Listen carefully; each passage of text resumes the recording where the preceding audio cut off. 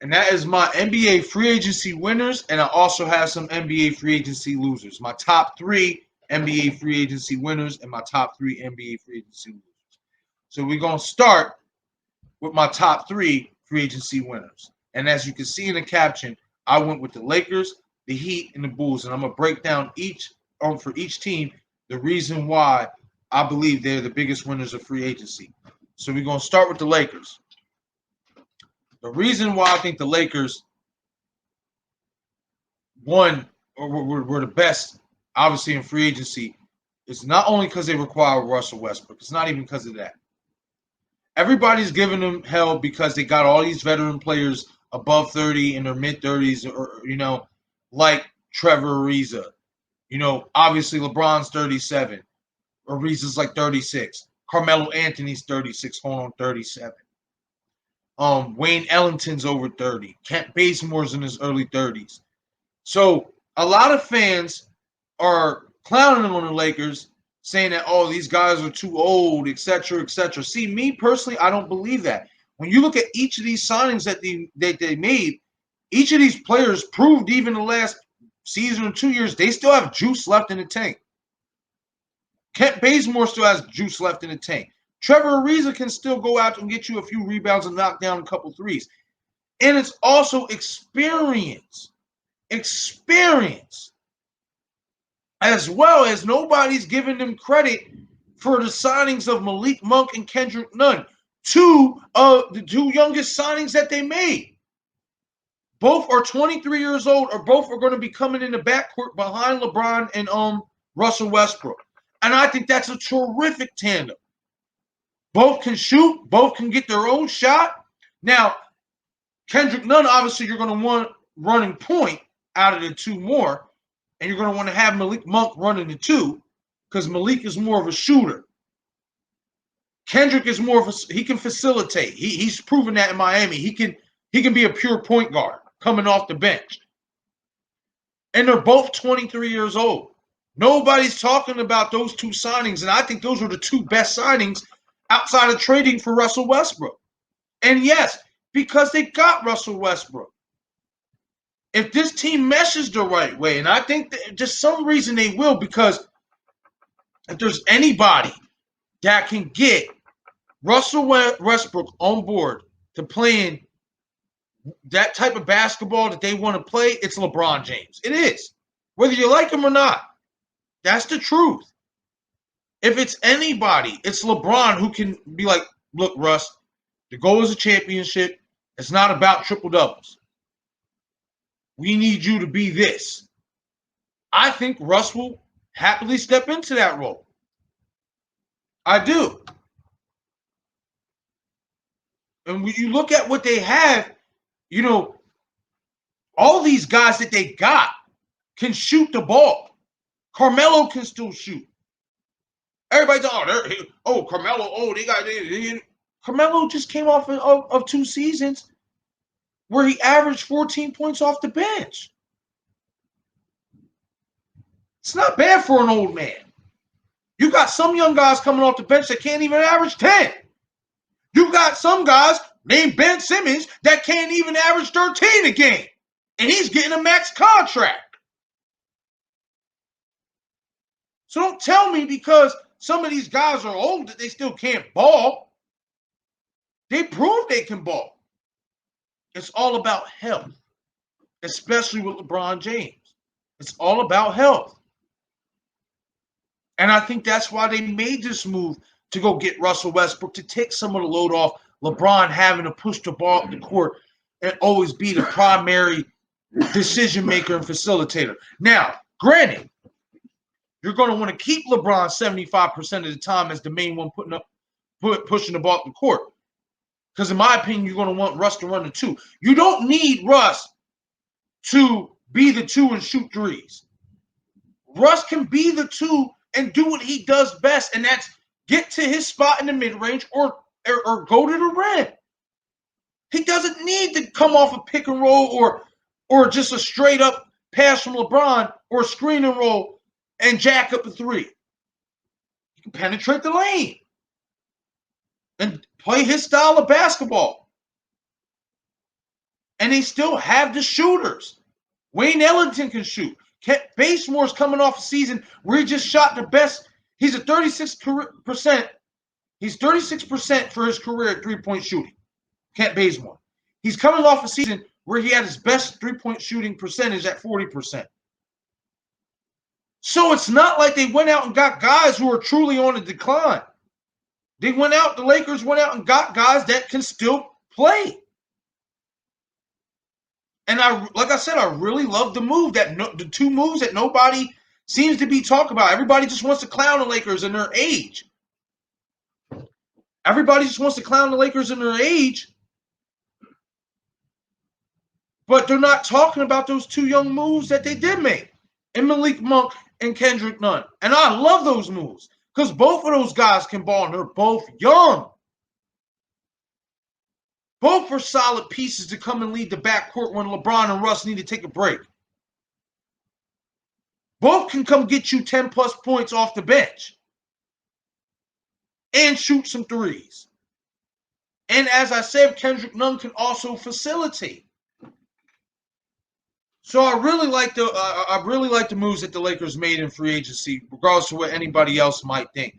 So I see a lot of people out there that might not agree with me.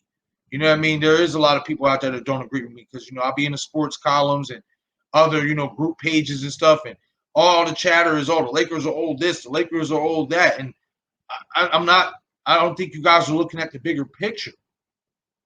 These moves were not just good moves. They were pretty calculated. Trevor Ariza has championship experience. He's won a title with the Lakers when he was with Kobe. That's instrumental. You need those type of guys for the playoffs. You do. Like a PJ Tucker. PJ Tucker isn't a stat sheet stuffer, but he's a tough guy. He's a guy who will get up in an opposing team's face. He will guard anybody from 1 through 5. You need those type of role players. And I feel like the Lakers did a good job.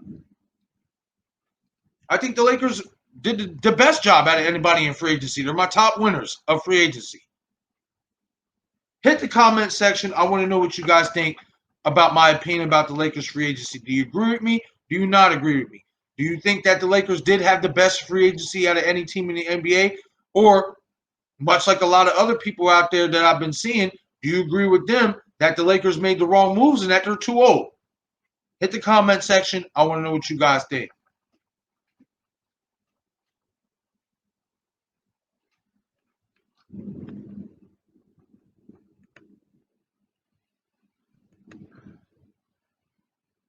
All right, now we're going to move on to the second team in this caption here, the Miami Heat.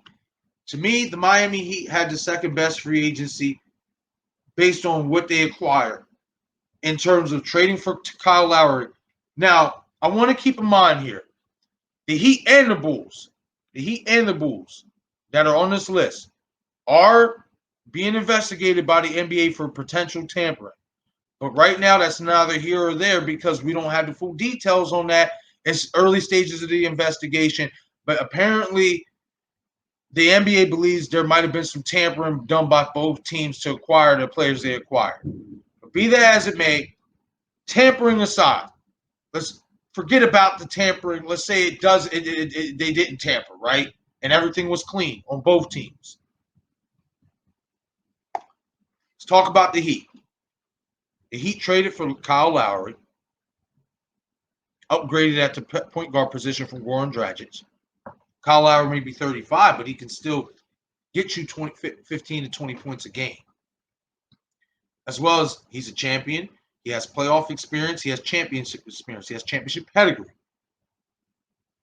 As well as going out and re-signing Victor Oladipo.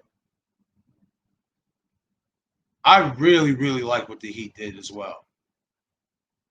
That's basically essentially a big four, especially if Oladipo can remain healthy. You got Kyle Lowry, Victor Oladipo at the 2, Jimmy Butler at the 3. Duncan Robinson's most likely going to start at the 4 because they gave him all that money. And then you got Bam Adebayo. Wow. That's any basketball fan out there, you know that's a hell of a lineup.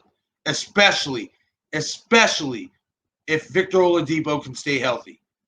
If that guy can stay healthy, watch out. The Heat are going to be they're going to be a problem for anybody in the league. Anybody from west to east, doesn't matter. Doesn't matter. I really like the moves the Heat made. You get Kyle Lowry. People say another guy, oh, he's washed up. No, he's not. He's still putting up 15 to 20 points a game. He's not washed up. He's got championship experience. Something that the Heat lacked in the bubble when they faced the Lakers in the championship. And he still was able to pull 2 wins off of the Lakers. Keep that in mind. So not only did you go out and get a guy with that type of championship pedigree in Kyle Lowry, you got Victor Oladipo back on a 1-year sweet deal. And Victor Oladipo is a guy who just a few years ago was ascending in Indiana as a top star in the NBA before injuries started plaguing him. So, if Victor Oladipo can stay healthy, and this entire team can stay healthy, watch out for the Miami Heat. They'll be right back in the NBA Finals conversation, I assure you. I assure you on that one. But hit the comment section. I want to know what you guys think about me picking the Miami Heat as my second best free agency winner of the free agency period for the NBA. Do you agree with me? Do you like the moves they made while acquiring Kyle Lowry via trade, as long as it's clean? Obviously, like I said, the tampering thing is lingering over them and the Bulls, as I'm about to talk about. But do you like the moves they made in acquiring Kyle Lowry and Victor Oladipo, getting him back on a 1-year deal? Or do you disagree with me and think that these moves will not help their chances or will cause them to decline more in the East and make them worse than what they were last year? Hit the comment section. I want to know what you guys think about this, about the Heat.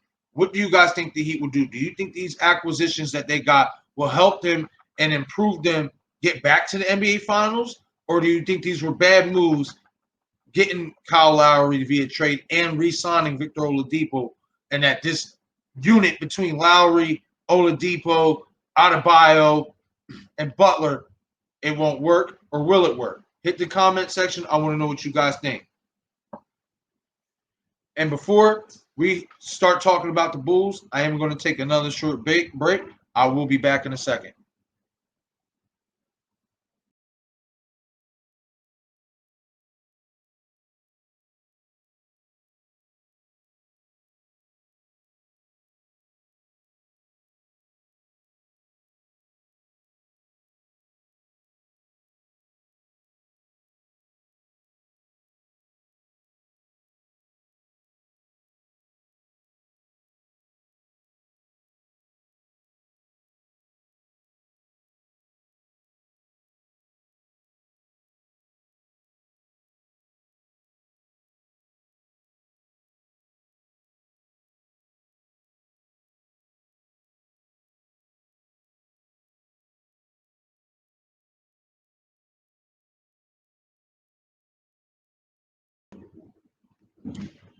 All right, and we are back. This is 717 Sports Chat Live. I'm your host, Marcus J., and we are just wrapping up my NBA free agency winners.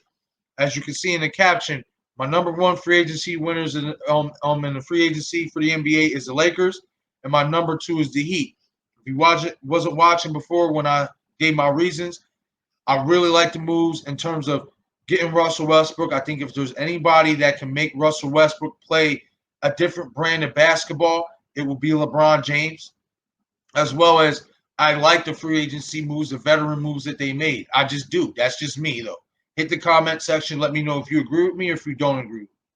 As well as the Heat, I mentioned about the Miami Heat. They acquired Kyle Lowry via sign and trade, even though that is kind of under investigation right now for possible tampering.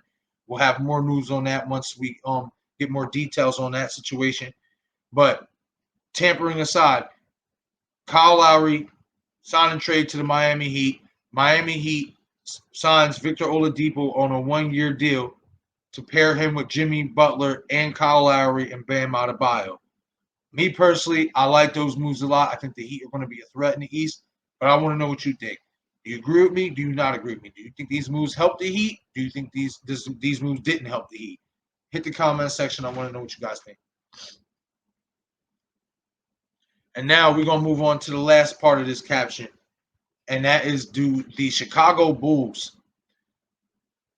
I would be the first to tell you, I did not see the Chicago Bulls being a player for anybody, any big name in free agency at all. If you would ask me at the start of free agency, the Chicago Bulls would acquire Lonzo Ball and DeMar DeRozan to pair with Nikola Vucevic, I'd say whatever fucking pot you're smoking, pass the blunt, bro, because I want some. Dead serious. I never would have thought the Bulls would be in play this free agency. But they proved me and a lot of NBA fans wrong.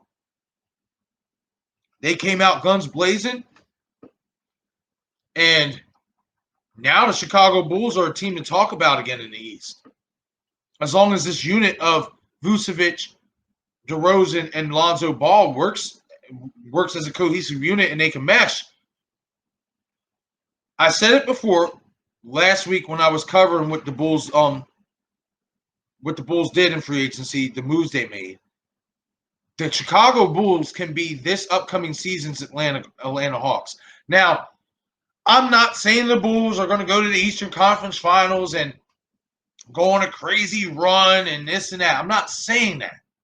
What I'm saying is that before last season started, when I had seen the moves that the Atlanta Hawks made, I said that the Hawks are going to be a problem if they mesh right. And long and behold, I was right.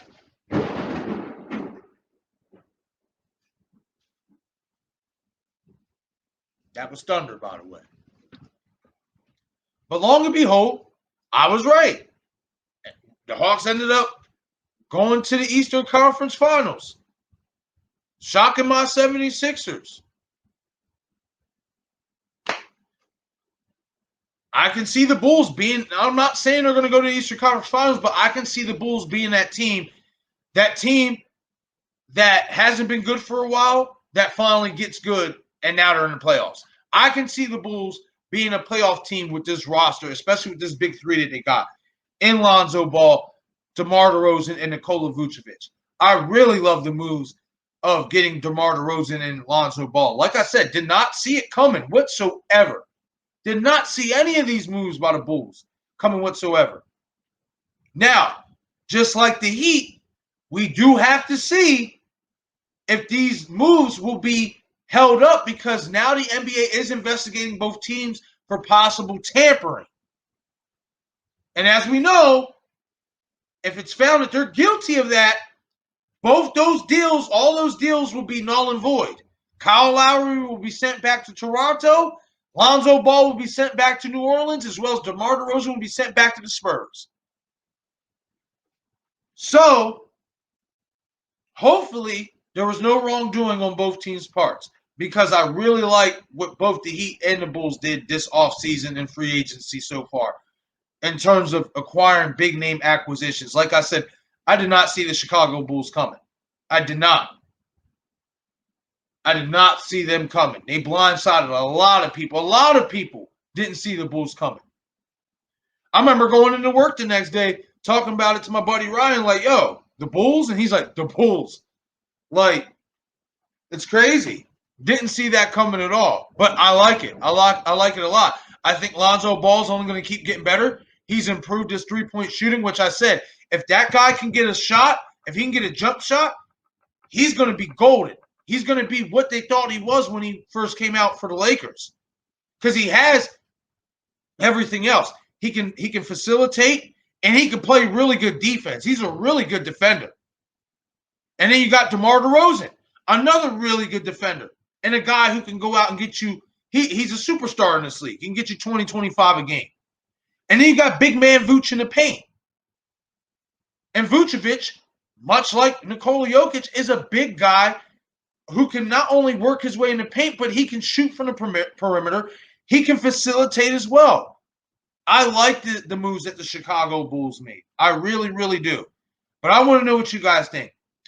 Tampering aside, do you guys like, if the Bulls in the Heat don't get caught for tampering, if not, there was no wrongdoing, do you guys like what the Bulls did in terms of these free agency deals with getting DeMar DeRozan and signing Lonzo Ball? Hit the comment section. I want to know what you guys think. Do you guys like these moves by the Bulls, or do you guys think that these moves won't make the Bulls any better and they will still be the same old Bulls? I don't see how they can be the same old Bulls, ladies and gentlemen, especially if Zach LaVine resigns. I don't even know if Zach LaVine resigned. Let's look that up real quick.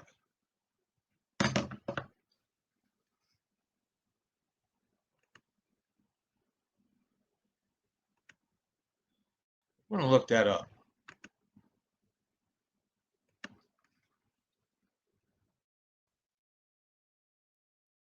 Okay, it's already there.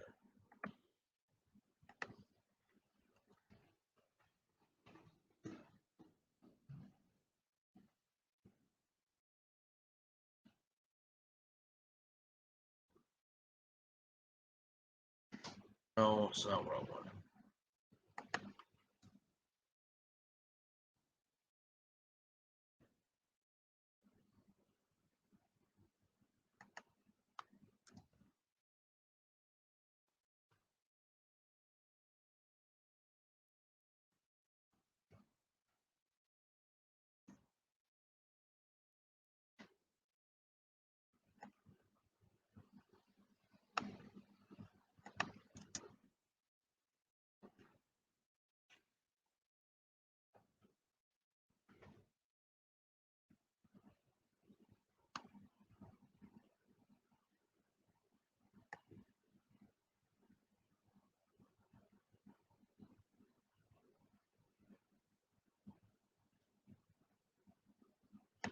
Oh, okay. No, he's there. He's there with him for one more year. I assumed that when he was talking about his new deal and free agency, I assumed that he was a free agent this year. Zach LaVine will be a free agent next year. So think about this. Lonzo Ball at the 1, Zach LaVine at the 2, DeMar DeRozan at the 3. If I'm not mistaken, the Bulls really like Patrick Williams, so they're probably going to start him at the 4. And then you got Big Vooch down at the 5.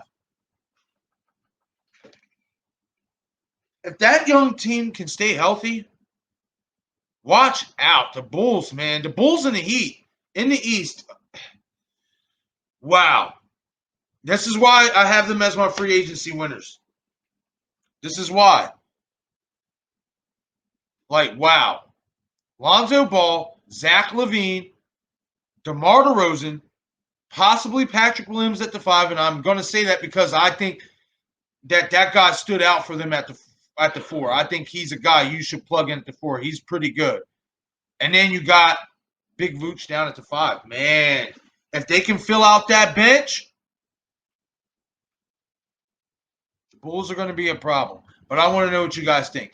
Hit the comment section and let me know what you guys think about the Bulls' moves in free agency. Do you like the moves, or do you think the moves won't make them any better than what they already are and they will miss the playoffs yet again? Better yet, let me rephrase that question. With this roster, are the Bulls a playoff team, or are they not a playoff team? Hit the comment section. I want to know what you guys think. With this roster of Lonzo Ball, Zach LaVine, DeMar DeRozan, possibly Patrick Williams at the 4, and Nikola Vucevic at the 5, do the Chicago Bulls have a chance, and will they make the playoffs next year, or will this experiment sputter in the first year, and will they fall short of the playoffs? Hit the comment section. I want to know what you guys think.